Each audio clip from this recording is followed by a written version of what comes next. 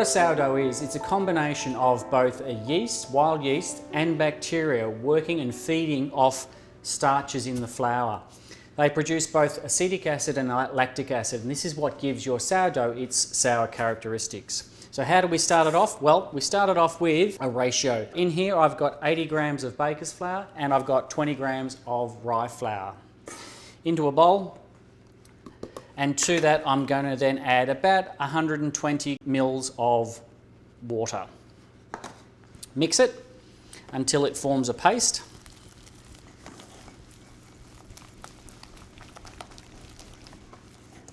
Okay.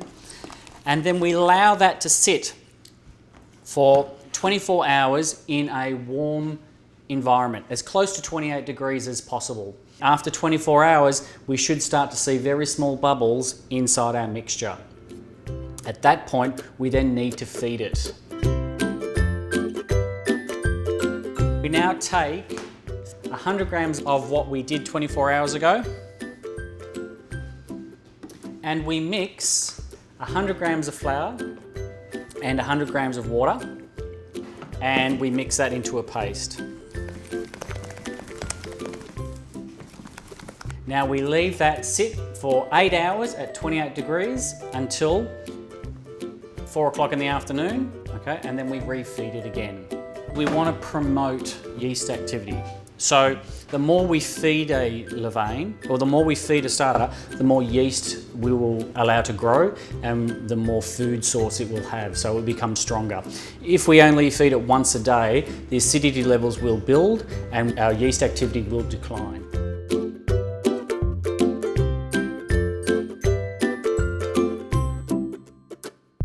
So after day 6, we should have a fully matured liquid levain. Now we know it's in good condition because there is no high tide mark. It hasn't come up the side of the container and dropped. We've got large bubbles and small bubbles on the surface. And it also starts to look like a brain, the surface of the brain. So we've got these little seams that are forming on the top of our dough. That's in really good condition, and that's going to make a really nice sourdough when it goes into our loaf of bread.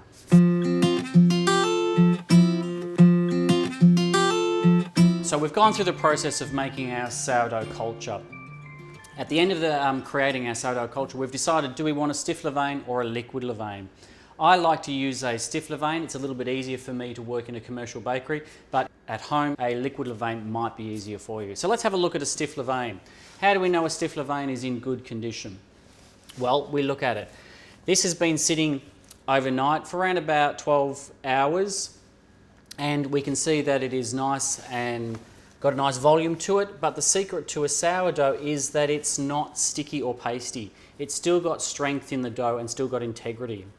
If we let this prove too long, what happens is the acidity builds up too much and it starts to break itself down. If you put a sourdough culture inside a bread dough that is starting to break down, then it will have the same effect on the dough. It'll start to break down your main dough because it's too acidic. Let's have a look at one that is overripe. Okay, and we call it a ripe. And you can see that this is pasty and sticky and it sticks all over my fingers. This is not in a good condition. So we wouldn't want to use this. We could just refeed that and then put off our bread making until tomorrow, but we wouldn't want to use it if it's in a pasty form. So this is in a good condition. It's nice and tight. It's got beautiful structure. You can see we've got yeast activity underneath it and it's ready to go inside our sourdough. So what does our dough consist of? Well, very simple. It has bread flour. Remember, there are 5 proteins in flour: gliadin, glutenin, globulin, albumin, and protease. 3 of those are really important for us to know about as bakers. 2 of them, gliadin and glutenin, chemically bond together in the process in the presence of water to form gluten. And this gives our dough the ability to stretch, but also to hold its shape. So I'm using Lauke Wallaby Baker's flour at 11.5%. Salt. Salt gives me yeast control. Okay, it slows down the chemical reactions and slows down the food source to our yeast and our bacteria.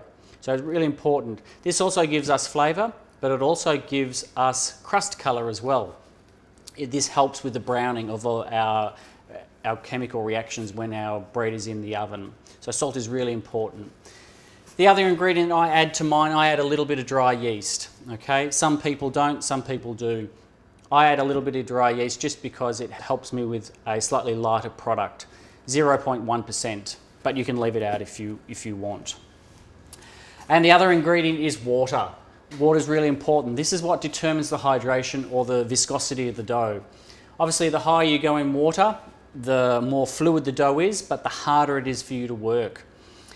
So if you're starting off on sourdough, my recommendation would be that you start with a slightly drier dough, but then you can, as you get better, you can migrate to a more hydrated dough.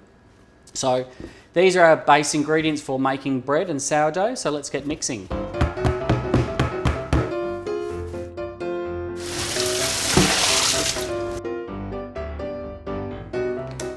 Five minutes on first speed, 2.3 minutes on second speed, should give me a dough of around about 75% gluten development, and with the right calculations, a final dough temperature of somewhere between 24 and 26 degrees.